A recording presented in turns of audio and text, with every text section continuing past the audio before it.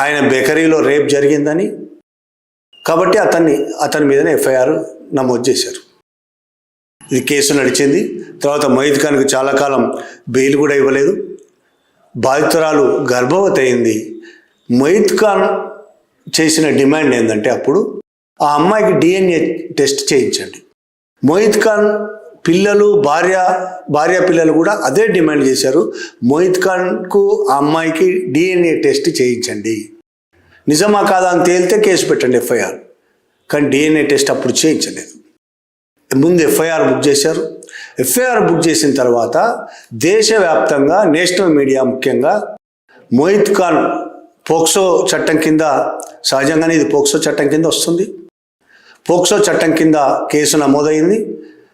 National media మొత్తము Moid Khan rape చేశాడు, నిందితుడు అని కాదు, కోర్టులో కేసు నడుస్తోంది, ఇంకా అప్పటికే అప్పుడప్పుడే కేసు వచ్చింది, కానీ ఈయననే దోషి అని ప్రచారం మొదలుపెట్టాడు.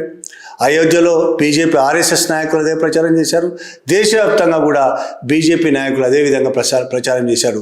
ఒక సమాజ్వాదీ పార్టీ నాయకుడు, ముస్లిం వృద్ధుడు, అప్పటికైనకు 69-70 ఏళ్ళు ఉంటాయి, 68 ఏళ్ళలో వృద్ధుడు అయినా కూడా ఒక 12 ఏళ్ల బాలిక మీద అత్యాచారం చేశాడు అని చాలా పెద్ద ఎత్తున ప్రచారం చేశారు.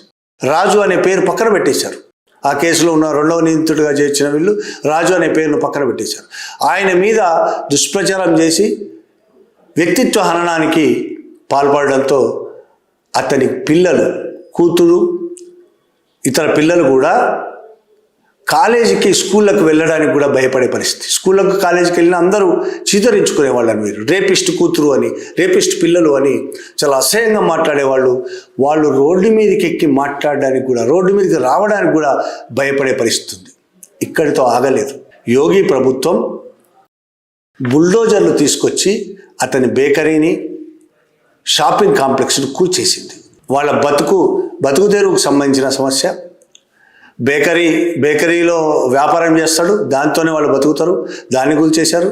షాపింగ్ కాంప్లెక్స్ మీద వచ్చిన కిరాయిలు వాళ్ళ కుటుంబానికి, ఆయన నాయకుడు కూడా కాబట్టి ఖర్చులు బాగానే ఉండొచ్చు కూడా, వాటిని మొత్తాన్ని కూల్చేయడంతో వాళ్ళు రోడ్డు మీద పడే పరిస్థితి వచ్చింది.